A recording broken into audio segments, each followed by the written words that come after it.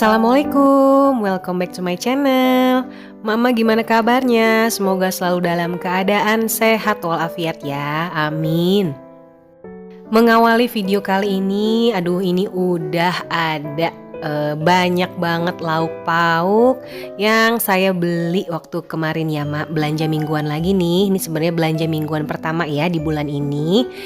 Dan kenapa langsung ada begini-begini udah dikotak-kotakin seperti ini, karena waktu itu saya lagi mau ambil gambarnya, baterai handphone udah tinggal sedikit, jadi kayaknya nggak sanggup kalau bakalan panjang seperti biasanya gitu ya durasinya. Jadi langsung deh saya bersih-bersihin dulu, lalu saya masukin ke sini supaya Mama juga tahu apa yang sudah saya belanjakan minggu ini.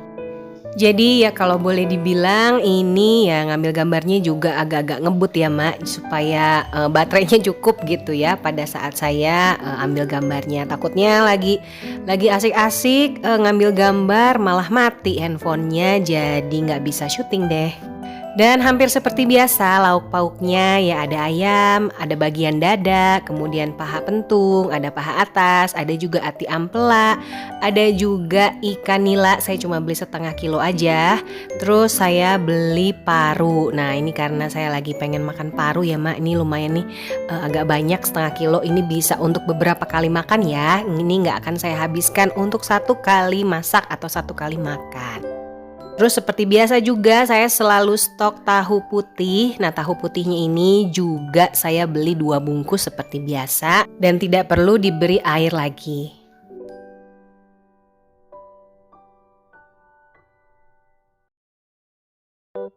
Sekarang lanjut saya mau masukin sayuran ya Mak. Tuh seperti biasa lah pokoknya kalau rutinitas food prep saya ya hampir setiap kali food prep ya step-stepnya seperti ini ya. Jadi kalau misalnya emak-emak udah sering banget lihat saya food prep, jangan sampai bosan ya Mak. Ya meskipun budgetnya segitu-segitu aja dan menunya juga nggak jauh beda dari minggu-minggu sebelumnya, tapi ya mudah-mudahan masih bisa tetap menginspirasi dan menyemangati emak-emak yang mau food prep juga. By the way, saya nyetok sayurannya tidak sebanyak minggu lalu ya Mak. Karena waktu saya sakit itu kan sempat tidak masak untuk beberapa hari ya.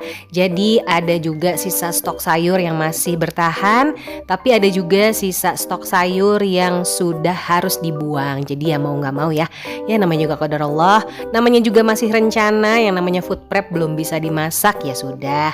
Kalau misalnya kita masih ada bahan-bahan yang masih bisa diselamatkan ya udah selamatkan juga. Jadi kalau belanja tidak perlu double-double lagi stoknya.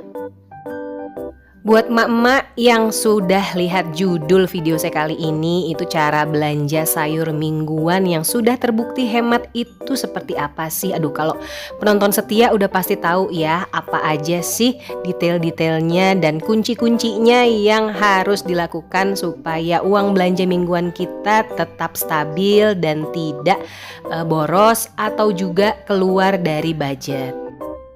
Dan kalau boleh, kali ini saya mau menyimpulkan beberapa hal yang penting dalam urusan belanja sayur mingguan supaya tetap hemat dan tidak over budget. Cara pertama yang menurut saya paling penting yaitu pisahkan budget belanja harian, mingguan, dan bulanan. Nah cara ini terbukti ampuh terutama ya untuk saya, supaya saya tahu berapa banyak budget yang dibutuhkan. Nah dengan begitu keuangan akan menjadi sehat dan teratur. Untuk produk jangka panjang seperti beras, gula, minyak, sabun cuci piring, dan lain-lain masukkan dalam list belanja bulanan. Sedangkan produk cepat habis atau jangka pendek seperti telur, bumbu dapur, ayam, daging, air minum, dan lain-lain masukkan dalam list belanja mingguan. Untuk buah-buahan, cari buah-buahan yang sedikit lebih tahan lama agar tidak beli setiap hari. Ini akan menghemat ongkos ataupun transport. Untuk yang udah punya anak, usahakan jajan tidak setiap hari. Lebih banyak sediakan stok di rumah, bisa membuat sendiri atau beli untuk beberapa hari.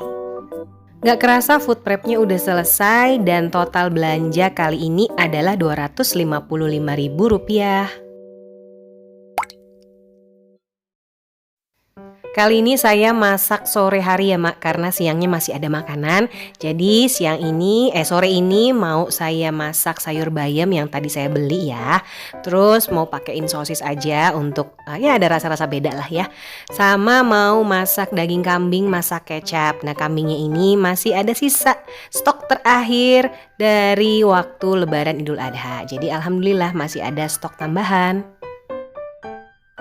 Kita lanjut ya, cara yang kedua, periksa bahan makanan di dapur dan kulkas. Nah, sebelum mak-mak membuat list dan belanja, kita juga harus memeriksa atau mengecek dulu ketersediaan bahan baku yang masih ada.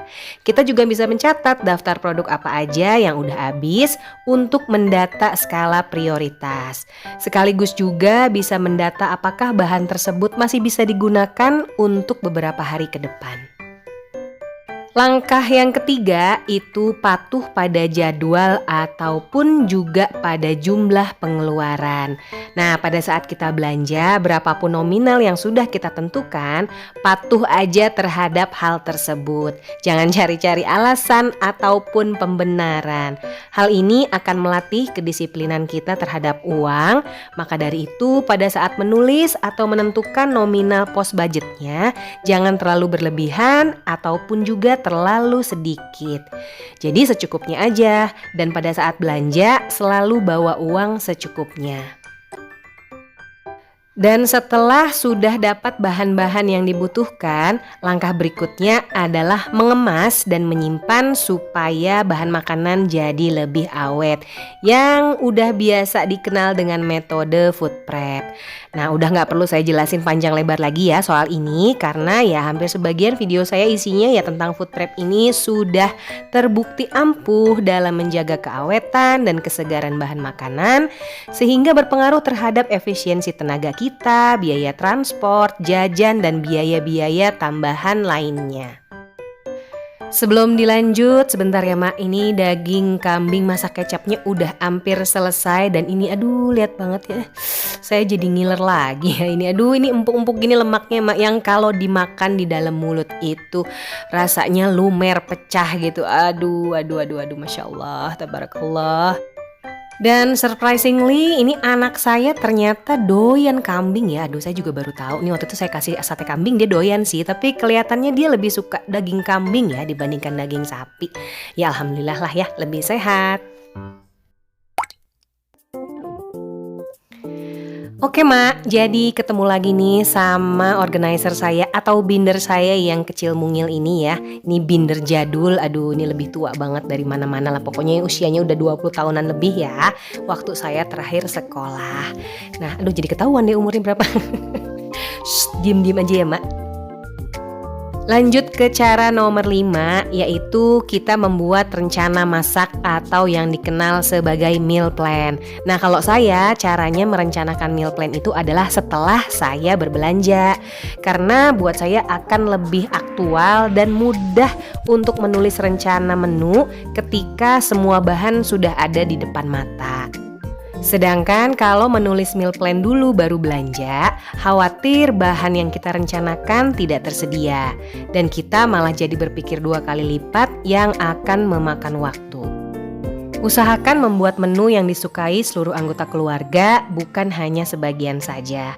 Dan perhatikan juga nutrisi dan cita rasa makanan agar disukai keluarga dan asupan gizinya juga terpenuhi. Dan selain makanan utama, siapkan juga rencana makanan pendamping atau cemilan. Usahakan pilih menu yang mengenyangkan, sehat, dan hemat. Yang namanya meal plan ini sifatnya fleksibel, jadi tidak harus sesuai dengan apa yang kita catat, karena kita nggak tahu apa yang akan terjadi keesokan harinya. Bisa aja kita rencanain hari ini ternyata kita sakit besoknya, jadi malah tertunda nggak bisa masak. Nah hal-hal seperti itu ya Mak. Jadi kita nggak perlu menyesali diri sendiri kalau kita nggak bisa menepati apa yang sudah kita tulis atau yang sudah kita rencanakan. Ya namanya juga rencana manusia, tetap Allah yang menentukan. Menu utamanya udah ada meal plan-nya. Nah, sekarang saya mau nulis daftar cemilan yang bisa saya sediakan di rumah. Bisa saya buat sendiri kalau pas ada waktu dan bahan-bahannya juga ada semua.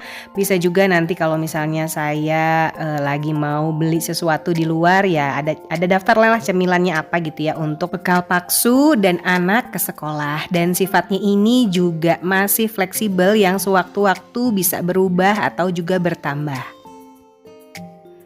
Cara terakhir adalah gunakan bahan makanan dengan bijak. Misalnya punya stok ayam 1 kilo tapi jumlah anggota keluarga banyak, maka gunakanlah stok ayam tersebut hanya setengahnya saja. Lalu variasikan dengan bahan yang lain yang lebih murah. Misalnya ayam dan tahu dibuat bareng-bareng dengan bumbu balado, atau ayam dan tempe dijadikan satu dengan bumbu lodeh. Itu juga enak ya, Mak. Menu tambahannya bisa dengan bihun atau mie goreng, atau juga buat sayur tumisan. Semoga keenam cara ini bisa membantu emak-emak belanja mingguan dengan lebih hemat lagi ya. Dan terima kasih juga udah nonton dari awal sampai akhir. Jangan lupa untuk kasih like, komen, dan subscribe. Sampai ketemu lagi di video saya selanjutnya. Wassalamualaikum, bye-bye mak.